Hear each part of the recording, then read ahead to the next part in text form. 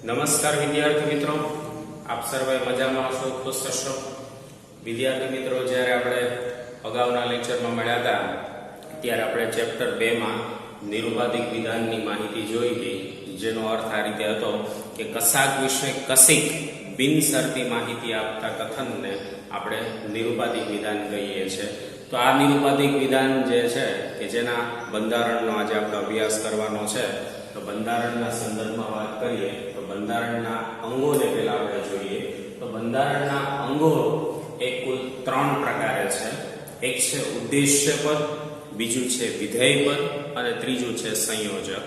તો બંધારણના અંગો જે છે એવો તમને ક્વેશ્ચન કરી શકે 1 માર્કમાં. તો વિદ્યાર્થી મિત્રો યાદ રાખજો, નિરુપાધિક વિધાનના બંધારણના અંગો 3 છે: ઉદ્દેશ્ય પદ, વિધેય પદ અને સંયોજક. જેમાં આપણે ઉદ્દેશ્ય પદના સંદર્ભમાં વાત કરીએ તો નિરુપાધિક વિધાન જેને લગતું હોય એને આપણે ઉદ્દેશ્ય પદ કહી શકીએ છીએ. મતલબ કોઈ પણ વિધાન જેના સંદર્ભમાં રજૂ થયું હોય તો એ સંદર્ભ એ વ્યક્તિ હોય, એ પદાર્થ હોય, પ્રાણી હોય, પક્ષી હોય, તો આવા કોઈ પણ વિધાન જે છે એ જેના સંદર્ભમાં રજૂ થયું હોય તો એને આપણે નિરુપાધિક વિધાનમાં ઉદ્દેશ્ય પદ તરીકે ઓળખીએ છીએ. ઉદ્દેશ્ય પદની વ્યાખ્યાના બીજા શબ્દ એવા પણ છે કે જેના વિશે અથવા જેને ઉદ્દેશ્યને વાત કરવામાં આવી હોય એવા પદને આપણે ઉદ્દેશ્ય પદ કહી શકીએ છીએ. જેમ કે આપણું ઉદાહરણ છે, સર્વ નદીઓ પાણી વહાવે છે, તો અહીં નદીઓ જે છે એના વિશેના સંદર્ભમાં વાત થયેલી છે. તો આ ઉદાહરણમાં નદીઓ એ આપણું ઉદ્દેશ્ય પદ બનશે. એવી જ રીતે આપણે કહી શકીએ કે ભાઈ પોપટને મરચા ભાવે છે, તો અહીં પોપટના સંદર્ભમાં વાત થઈ છે, તો એ પોપટ શબ્દ જે છે એ આપણું ઉદ્દેશ્ય પદ બનશે. તો વિદ્યાર્થી મિત્રો યાદ રાખજો કે નિરુપાધિક વિધાનમાં જેને લગતું હોય અથવા જેના સંદર્ભમાં હોય અથવા જેને ઉદ્દેશ્યને હોય તો એવા પદને આપણે શું કહેશું? ઉદ્દેશ્ય પદ કહેશું. એવી જ રીતે વિધેય પદની વાત કરીએ વિદ્યાર્થી મિત્રો, તો ઉદ્દેશ્ય પદ વિશે નિરુપાધિક વિધાનમાં જે માહિતી આપવામાં આવી હોય, યાદ રાખજો વિદ્યાર્થી મિત્રો, કોના વિશે? ઉદ્દેશ્ય પદ વિશે નિરુપાધિક વિધાનમાં જે બી માહિતી આપવામાં આવી હોય તો એ માહિતી સંદર્ભ પદને આપણે વિધેય પદ કહીએ છીએ. તો આપણે હમણાં કીધું કે ભાઈ પોપટને મરચા ભાવે છે, તો પોપટના સંદર્ભમાં મરચા એની ભાવતી વસ્તુ છે એ આપણે માહિતી આપી. તો અહીં મરચા ભાવે છે એ શબ્દ જે છે કે આપણું વિધેય પદ બને છે. એટલે ઉદ્દેશ્ય પદમાં હોઈ શકે તેવા ગુણ, બીજી રીતે જો યાદ રાખીએ તો ઉદ્દેશ્ય પદમાં હોઈ શકે તેવા ગુણવાચક કંઈ પણ શબ્દ જે છે એ આપણું વિધેય પદ બનશે. જેમ કે આપણે કહીએ કે સર્વ બાળકો રમતિયાળ છે, તો બાળકો માટે રમતિયાળ એનો ગુણ થયો, તો એ ગુણવાચક શબ્દ રમતિયાળ એ આપણું વિધેય પદ બનતું હોય છે. અહીં નીચેના ઉદાહરણમાં સર્વ નદીઓ પાણી વહાવે છે, તો અહીંયા પાણી વહાવે શબ્દ જે છે એ આપણું વિધેય પદ બને છે. તો વિદ્યાર્થી મિત્રો યાદ રાખજો, ઉદ્દેશ્ય પદ વિશે નિરુપાધિક વિધાનમાં જે બી માહિતી આપવામાં આવી હોય અથવા ઉદ્દેશ્ય પદના સંદર્ભમાં જે ગુણ રજૂ કરેલો હોય તો એને વિદ્યાર્થી મિત્રો આપણે વિધેય પદ કહીએ છીએ. સર્વ નદીઓ પાણી વહાવે છે, એમાં પાણી વહાવે છે એ આપણું વિધેય પદ બનતું હોય છે. ચાલો હવે આપણે વાત કરીએ ત્રીજું, સંયોજક. તો કે જેના દ્વારા નિરુપાધિક વિધાનના ઉદ્દેશ્ય પદ અને વિધેય પદને સાંકળવામાં આવે છે, જોડવામાં આવે છે, તો એવા પદને સંયોજક કહે છે. તો આ ભાષા સાથે જોડાયેલો શબ્દ છે, કોઈ પણ બે શબ્દને જોડનાર શબ્દ એ સંયોજક. સંયોજકનો મતલબ થાય છે જોડવું. તો કોઈ પણ પદોને જોડનાર, આપણા તર્કની ભાષામાં કહીએ તો ઉદ્દેશ્ય પદ આપણું છે અને વિધેય પદ છે, આ બંનેને જોડવાનું જે કામ કરે છે એને આપણે સંયોજક કહીએ છીએ. કારણ કે સંયોજકનો મતલબ જ થાય છે જોડવું. અને અંગ્રેજી દ્રષ્ટિએ વાત કરીએ તો વર્તમાન કાળના ક્રિયાપદના ટુ બી ના રૂપો, બરાબર, તો એ ટુ બી ના રૂપો જે કાંઈ છે એ આપણા સંયોજક બને છે. ઉદાહરણ તરીકે આપણે વાત કરીએ તો છે ને નથી, આ આપણા સંયોજક બનશે. મતલબ કોઈ એક વાક્ય છે, માની લો આપણે હમણાં કીધું કે સર્વ બાળકો રમતિયાળ છે, તો અહીં આપણે જોઈએ છે કે બાળક રમતિયાળને છે શબ્દથી આપણે જોયો છે કે સર્વ બાળકો રમતિયાળ છે. તો આ જે શબ્દ જે છે આપણે વાપરીએ છીએ કે જેના દ્વારા એ ઉદ્દેશ્ય પદ અને વિધેય પદ જોડાય છે, તો અહીં એ શબ્દને જે છે આપણે સંયોજક કહીએ છીએ. માની લો કે આપણે એવું કહીએ કે ગાંધીજી અહિંસક હતા, બરાબર, અહિંસક છે, સોરી. તો અહીં ગાંધીજી જે છે એ અહિંસક સાથેનો એનો ગુણ એટલે કે ઉદ્દેશ્ય પદ અને વિધેય પદ. ગાંધીજી ઉદ્દેશ્ય પદ ક્યાં, અહિંસક એનો ગુણ કયો, અને આ બંનેને જોડવા માટે આપણે છે શબ્દ વાપરો. એ જે જોડનાર શબ્દ છે જેને વિદ્યાર્થી મિત્રો આપણે સંયોજક કહીએ છીએ. તો અહીં આપણે જોઈ શકો છો મેં બે સંયોજક વાળા ઉદાહરણ આપ્યા છે. એક વિધાયક એટલે છે, એટલે સર્વ નદીઓ પાણી વહાવે છે, નદીઓ ઉદ્દેશ્ય પદ, પાણી વહાવે વિધેય પદ, અને એનું સંયોજક કહીએ તો છે. એવી જ રીતે કેટલાક માણસો મહેનતુ નથી, તો અહીં માણસો જે છે ઉદ્દેશ્ય પદ, મહેનતુ જે છે એ વિધેય પદ, અને એને જોડનાર શબ્દ જે છે એ છે નથી. તો એ નથી શબ્દ જે છે આપણું સંયોજક બને છે. તો વિદ્યાર્થી મિત્રો યાદ રાખજો, કોઈ પણ નિરુપાધિક વિધાન છે એના અંગોની વાત આવે તો 3 આવશે: ઉદ્દેશ્ય પદ, વિધેય પદ અને સંયોજક. ઉદ્દેશ્ય પદ એટલે કે જેના વિશે, જેના સંદર્ભમાં લાગતું હોય એવા પદને આપણે ઉદ્દેશ્ય પદ કહીએ છીએ. વિધેય પદ નિરુપાધિક વિધાનમાં ઉદ્દેશ્ય પદની જે માહિતી આપવામાં આવે, અથવા મેં તમને કીધું એમ ઉદ્દેશ્ય પદનો જે ગુણ દર્શાવવામાં આવે તો એને આપણે વિધેય પદ કહીએ છીએ. અને સંયોજક એટલે કે ઉદ્દેશ્ય પદ અને વિધેય પદ બંનેને જોડનાર શબ્દ, સાંકળનાર શબ્દ, તો એને આપણે સંયોજક કહીએ છીએ. તો વિદ્યાર્થી મિત્રો તમને ખાસ આનો ખ્યાલ પડી ગયો હશે. તો આપણે હવે એના ઘટકો જોઈએ. તો નિરુપાધિક વિધાનના સંદર્ભમાં વાત કરીએ તો નિરુપાધિક વિધાનના સંદર્ભના બંધારણના 2 ઘટકો છે. એક, નિરુપાધિક વિધાનોના વર્ગોની સમજૂતી. તો વિદ્યાર્થી મિત્રો, વર્ગ એટલે કે અમુક વિશિષ્ટ ગુણો કે લાક્ષણિકતા સમાનપણે ધરાવનાર વ્યક્તિઓ કે પદાર્થોનો સમૂહ. તો વિદ્યાર્થી મિત્રો, એક માર્કમાં પૂછાશે કે વર્ગ કોને કહેવાય? તો કે વર્ગ એટલે કે અમુક નિશ્ચિત લાક્ષણિકતા ધરાવતો કોઈ પણ વ્યક્તિઓનો, કોઈ પદાર્થનો, કોઈ પક્ષીઓનો, પશુઓનો સમૂહ, તો એને વર્ગ કહેવામાં આવે છે. જેમ કે આપણે વાત કરીએ, ઉદાહરણ આપણે અહીંયા આપેલું છે કે સર્વ તત્વચિંતકો પ્રકૃતિ પ્રેમી છે. અહીંયા આપણે ઉદાહરણ આપ્યું છે. તો અહીં જે છે એ તત્વચિંતક જે છે આપણે વર્ગ દર્શાવ્યો, અને બીજો વર્ગ છે પ્રકૃતિ પ્રેમી. અહીંયા 2 વર્ગ છે. તો અહીં તત્વચિંતક જે છે એ પણ એક વર્ગ છે કે ભાઈ તર્કશાસ્ત્રીઓનો એક વર્ગ, અને બીજો વર્ગ જે છે પ્રકૃતિ પ્રેમી કે જે ચોક્કસ લક્ષણ ધરાવતા વ્યક્તિઓનો સમૂહ છે કે જે પ્રકૃતિ સાથે જે છે એમ કહેવાય સંબંધ ધરાવે છે, પ્રકૃતિને પ્રેમ કરે છે, પ્રકૃતિને લગતા કાર્ય કરે છે. તો આ જે વર્ગ દર્શાવ્યો કે જેમાં અમુક ચોક્કસ લોકોનો, લાક્ષણિકતા ધરાવનાર લોકોનો સમાવેશ થાય છે, તો એવા વર્ગને જે ટૂંકમાં એમ કહેવાય કે આપણે ઓળખીએ તો તત્વચિંતક અને પ્રકૃતિ પ્રેમી, આ બંને આપણે અહીં દર્શાવેલા છે. એટલે વર્ગ જે છે એ ચોક્કસ લાક્ષણિકતા ભરેલા વ્યક્તિઓનો એક પ્રકારનો સમૂહ હોય છે. તો વિદ્યાર્થી મિત્રો, હજુ પણ એક વાર શબ્દમાં યાદ રાખો કે વર્ગ એટલે કે અમુક વિશિષ્ટ ગુણો કે લાક્ષણિકતા સમાનપણે ધરાવનાર વ્યક્તિઓ કે પદાર્થોનો સમૂહ. વર્ગ જે પદાર્થ કે વ્યક્તિઓનો બનેલો હોય છે તે પદાર્થ કે વ્યક્તિઓ એ વર્ગના સભ્યો કહેવાય છે. તો માની લો કે આપણું ઉદાહરણ છે કે સર્વ તત્વચિંતક પ્રકૃતિ પ્રેમી છે. તો એરિસ્ટોટલ, પ્લુટો, સોક્રેટિસ આ બધા આ લાક્ષણિકતા ધરાવતા હતા. તેથી આપણે કહી શકીએ કે ભાઈ એરિસ્ટોટલની વાત કરીએ તો આપણે કહી શકીએ કે ભાઈ એરિસ્ટોટલ તત્વચિંતક છે, તેથી એરિસ્ટોટલ પ્રકૃતિ પ્રેમી છે. તો અહીં આપણે જોઈ શકીએ છીએ કે એ વર્ગનો સભ્ય છે એ તત્વચિંતક છે એરિસ્ટોટલ, એવી રીતે પ્લુટો, સોક્રેટિસ, ગાંધીજી આ બધા તત્વચિંતકો હતા. તો આ બધા તત્વચિંતકો હોવાથી એને પ્રકૃતિ પ્રેમી આપણે કહી શકીએ છીએ. એનો મતલબ એવો થયો કે જે પદાર્થ જે વ્યક્તિનો બનેલો છે તે પદાર્થ વ્યક્તિઓના વર્ગના આપણે એને શું કહી શકીએ છીએ? સભ્ય કહી શકીએ છીએ. વર્ગના તમામ સભ્યોને સમાનપણે અર્થમાં લાગુ પડે છે, તેથી વર્ગના પ્રત્યેક સભ્યને વર્ગ સૂચક નામથી પણ આપણે સંબોધી શકીએ છીએ. તો વર્ગનો કોઈ પણ સભ્ય જે હશે એ સમાનપણે એ વર્ગના સભ્યને એનો અર્થ લાગવો પડશે. જેમ કે આપણે કહી શકીએ કે ભાઈ એરિસ્ટોટલ જે છે એ તત્વચિંતક છે, Pluto, Socrates, Gandhiji, Nelson Mandela આ બધા તત્વચિંતકો છે. તો આપણે આ બધા તત્વચિંતક વર્ગમાં આવે છે. તેથી આપણે ગાંધીજી વિશે કહેવું હોય તો આપણે કહીએ છીએ કે ગાંધીજી તત્વચિંતક છે. મતલબ ગાંધીજી તત્વચિંતક વર્ગના સભ્ય છે એવું આપણે દર્શાવી શકીએ છીએ.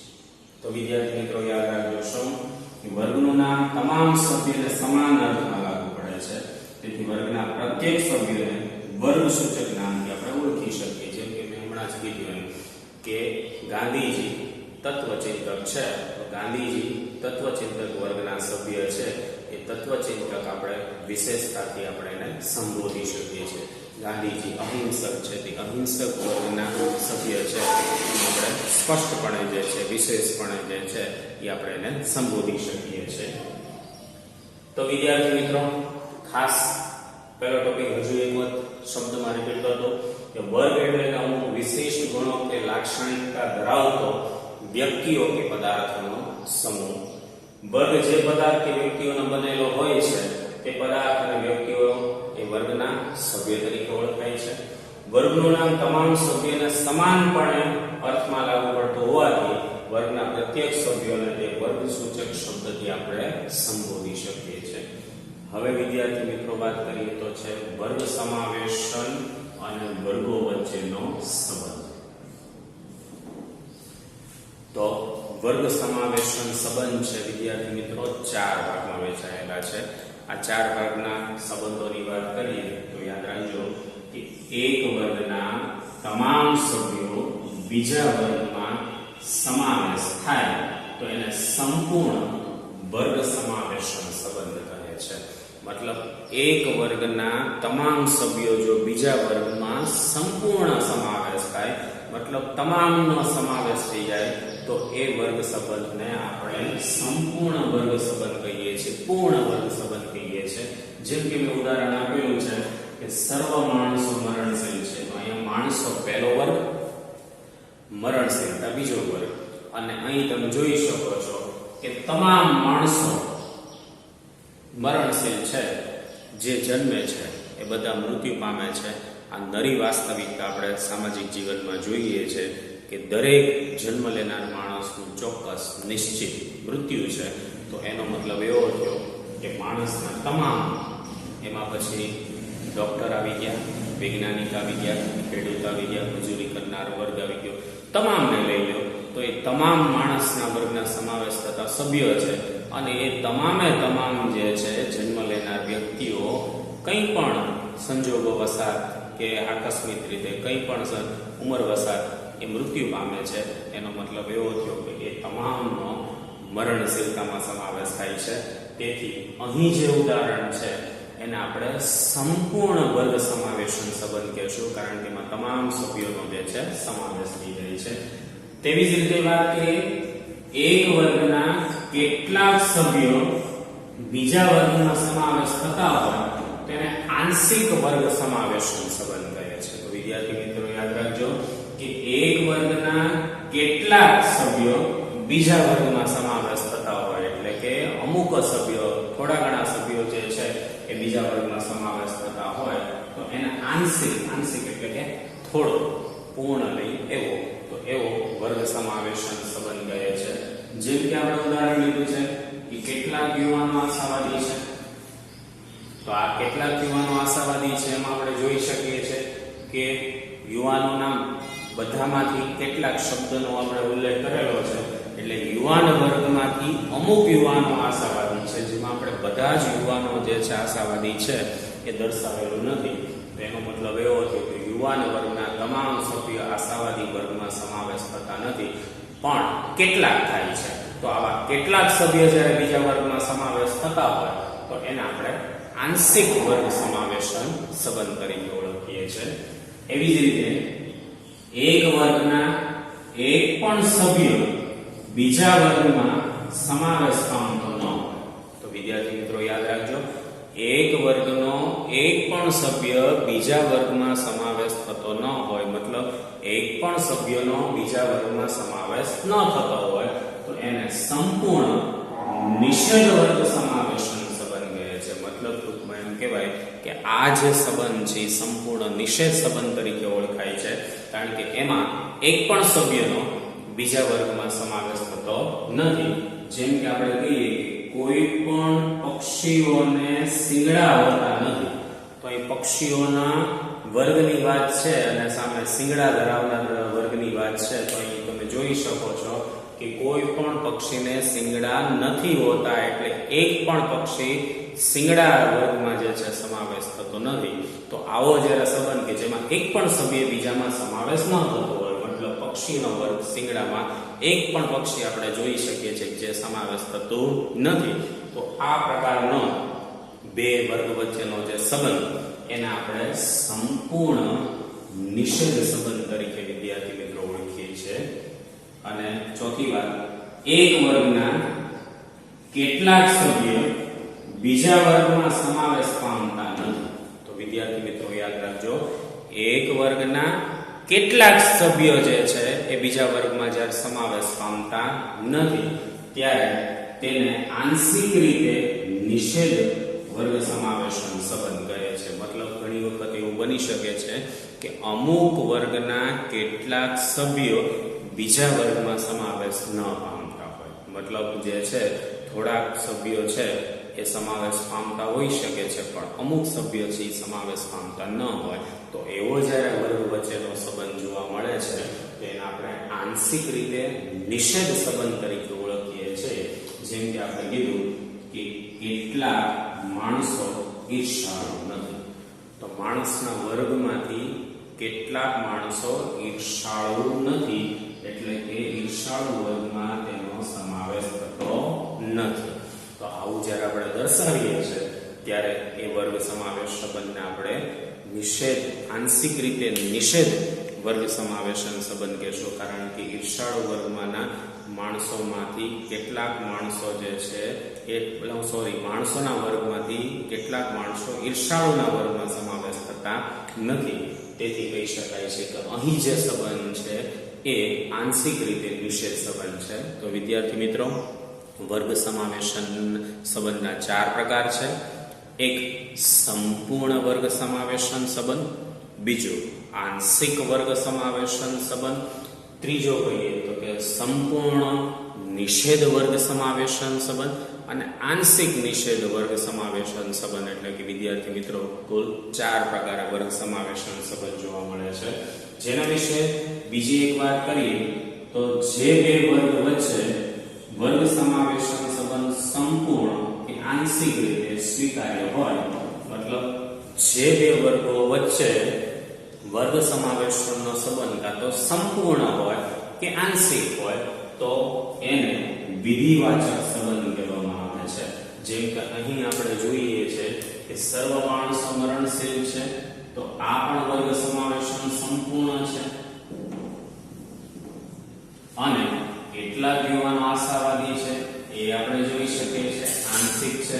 તો અહીં આ બંને જે રિલેશન જોવા મળે છે એને આપણે વિધાયક કહી શકીએ છીએ, કારણ કે એની પાછળ તમે જોઈ શકો છો વિધાયક માટે વપરાતું પ્રતીક હાજર છે. કારણ કે વિધિવાચક શબ્દ માટે છે અને નિષેધવાચક માટે નથી શબ્દનો ઉલ્લેખ થાય છે. તો અહીં આ બે જે રિલેશન જોવા મળે છે સંપૂર્ણ અને આંશિક, તો આ બંને વર્ગ સમાવેશનના આપણે કહેશું વિધિવાચક સંબંધ. તો યાદ રાખજો, વિધિવાચક એટલે વિધાયક સ્વરૂપે હોય એવા સંબંધને વિધિવાચક કહીએ છીએ. અને જે બે વર્ગ વચ્ચેનો વર્ગ સમાવેશન સંબંધ સંપૂર્ણ કે આંશિક રીતે નિષેધ થયેલો હોય, મતલબ સંપૂર્ણ કે આંશિક રીતે એનો સમાવેશ થતો નથી, તો એવા સંબંધને આપણે નિષેધવાચક સંબંધ કહીએ છીએ. નિષેધવાચક સંબંધ માટે નથી શબ્દ કે નહીં શબ્દ એવા નકારાત્મક સંબંધ સૂચક શબ્દનો ઉપયોગ થાય છે. અહીં આપણે જોઈ શકીએ છીએ કોઈ પણ પક્ષીઓને શિંગડા નથી, તો આ નિષેધવાચક સંબંધ છે. કેટલાક માણસો ઈર્ષાળુ નથી, તો આ નિષેધવાચક સંબંધ છે, કારણ કે અહીંયા સંપૂર્ણ નિષેધ છે આ વિદ્યાર્થી મિત્રોમાં. અને અહીં જઈએ છીએ આંશિક નિષેધ. તો આ બંને જ્યારે નિષેધવાચક વિધાનો હોય ત્યારે આપણે એને નિષેધવાચક વર્ગ સમાવેશન સંબંધ કહી શકીએ છીએ. આમ જો તો વર્ગ સમાવેશન સંબંધના મુખ્ય પેલા બે પ્રકાર, વિધિવાચક અને નિષેધવાચક.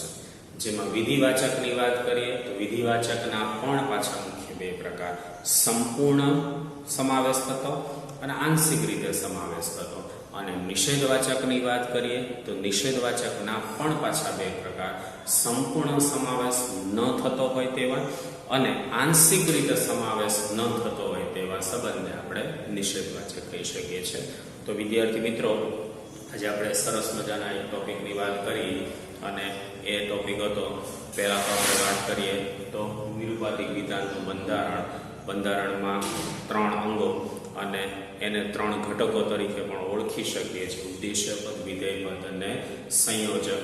ત્યારબાદ આપણે જોઈએ એના બંધારણના ઘટકો, જેમાં આપણે પહેલું કીધું વર્ગો સંબંધ, કે જેમાં આપણે કીધું કે અમુક વ્યક્તિ કે પદાર્થનો જે સમૂહ છે એને આપણે વર્ગ કહીએ છીએ. ત્યારબાદ આપણે જોઈએ વર્ગ સમાવેશો સંબંધના રિલેશનના પ્રકારો. કુલ સંબંધો જે છે 4 પ્રકાર આવશે, વિધિવાચક, નિષેધવાચક. વિધિવાચકના પણ 2 પ્રકાર, સંપૂર્ણ અને આંશિક રીતે સ્વીકાર્ય, અને નિષેધવાચકના પણ 2 પ્રકાર, સંપૂર્ણ અને સંપૂર્ણ અસ્વીકાર્ય અને આંશિક રીતે અસ્વીકાર્ય. તો વિદ્યાર્થી મિત્રો, આજે આપણે આ ટોપિકને જે જોયું નિરાંતપૂર્વક તેનો આપણે અભ્યાસ કરી લેજો. વિદ્યાર્થી મિત્રો, ખાસ નોટબુકમાં જે છે એને ઉતારી અને જોઈ લેજો. એના ઉદાહરણ જે છે એનો પણ ખાસ જે છે અભ્યાસ કરજો. આમાંથી ટૂંક જવાબી પ્રશ્નો પણ પૂછાય એવા છે, વિકલ્પવાળા પ્રશ્નો પણ નીકળે છે, એટલે ખાસ જેનો તમે અભ્યાસ કરજો. ફરીથી વિદ્યાર્થી મિત્રો, આપણે નવા ટોપિક અને લેક્ચર સાથે આવતા લેક્ચરમાં મળીશું. અત્યારે આપણે આપણા કાર્યને વિરામ આપી. અસ્તુ. નમસ્કાર.